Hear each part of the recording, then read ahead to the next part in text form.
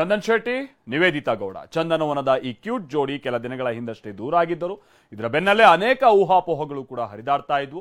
ಅದೆಲ್ಲದಕ್ಕೂ ಮಾಜಿ ದಂಪತಿಗಳೇ ಈಗ ತೆರೆ ಎಳೆದಿದ್ದಾರೆ.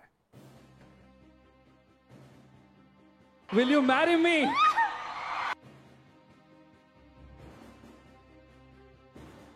ಯಾರು ಫೋರ್ಸ್ಫುಲ್ ಆಗಿ ಒಬ್ರ ಜೊತೆ ಇರೋದು ಸರಿಯಲ್ಲ.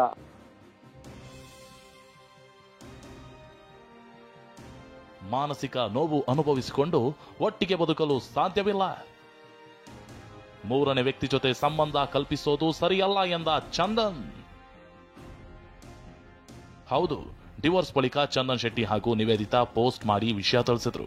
ಆದ್ರೆ ಇಬ್ಬರು ಬೇರೆಯಾಗಿರೋದ್ರ ಹಿಂದೆ ಸೋಷಿಯಲ್ ಮೀಡಿಯಾಗಳಲ್ಲಿ ಹತ್ತಾರು ರೀತಿ ಕಾರಣಗಳು ಹರಿದಾಡ್ತಿದ್ವು. ಈ ಬಗ್ಗೆ ನಿವೇದಿತಾ ಮತ್ತು ಚಂದನ್ ಶೆಟ್ಟಿ ಜಂಟಿಯಾಗಿ ಸುದ್ದಿಗೋಷ್ಠಿ ನಡೆಸಿ ಸ್ಪಷ್ಟನೆ ಕೊಟ್ಟಿದ್ದಾರೆ.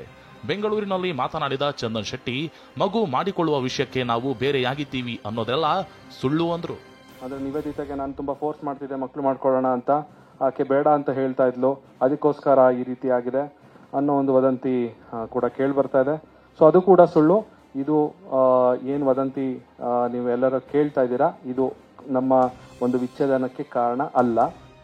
ಇನ್ನು ನಿವೇದಿತಾಗೆ ಮೂರನೇ ವ್ಯಕ್ತಿ ಜೊತೆ ಸಂಬಂಧ ಕಲ್ಪಿಸೋದು ಸರಿಯಲ್ಲ ಅಂತಲೂ ಚಂದನ್ ಬೇಸರ ವ್ಯಕ್ತಪಡಿಸಿದ್ರು. ಒಬ್ಬ ಮೂರನೇ ವ್ಯಕ್ತಿಯನ್ನ ನಿವೇದಿತಾ ಅವ್ರ ಜೊತೆ ಹೆಸರಿಗೆ ಸೇರಿಸಿ ಅವ್ರಿಗೆ ಸಂಬಂಧ ಕಲ್ಪಿಸ್ತಾ ಇರೋದು ಎಲ್ಲೋ ಒಂದ್ ಕಡೆ ನನಗೂ ಕೂಡ ಮನಸ್ಸಿಗೆ ತುಂಬಾನೇ ಬೇಜಾರಾಗ್ತದೆ. ಯಾಕಂತ ಹೇಳಿದ್ರೆ ಅವರು ತುಂಬಾ ಒಳ್ಳೆಯ ಫ್ಯಾಮಿಲಿ ಅವರು. ಸೊ ಆ ವ್ಯಕ್ತಿ ಜೊತೆ ನಿವೇದಿತಾ ಅವ್ರನ್ನ ಹೆಸರನ್ನ ಸೇರಿಸಿ ಇವ್ರಿಗೆ ಏನೋ ಒಂದು ಸಂಬಂಧ ಇದೆ ಅಂತ ಹೇಳ್ತಾ ಇರುವಂತ ಒಂದು ವಿಕೃತ ಮನಸ್ಥಿತಿ ಎಲ್ಲೋ ಒಂದ್ ಕಡೆ ನಾವು ಕನ್ನಡಿಗರಾಗಿ ನಾವು ಅದನ್ನ ಮಾಡಬಾರ್ದು. ಇಬ್ಬರ ನಡುವೆ ಹೊಂದಾಣಿಕೆ ಇರಲಿಲ್ಲ, ಇದರಿಂದಾಗಿ ಬೇರೆಯಾಗಿದ್ದೇವೆ, ವದಂತಿಗಳನ್ನ ಹಬ್ಬಿಸಬೇಡಿ ಅಂತ ನಿವೇದಿತಾ ಮನವಿ ಮಾಡಿದ್ದಾರೆ.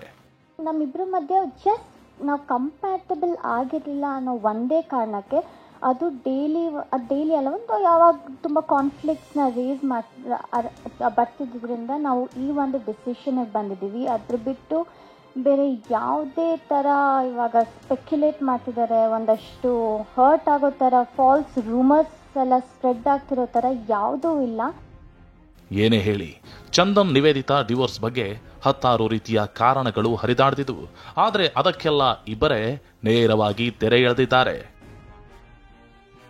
Bureau report, TV9.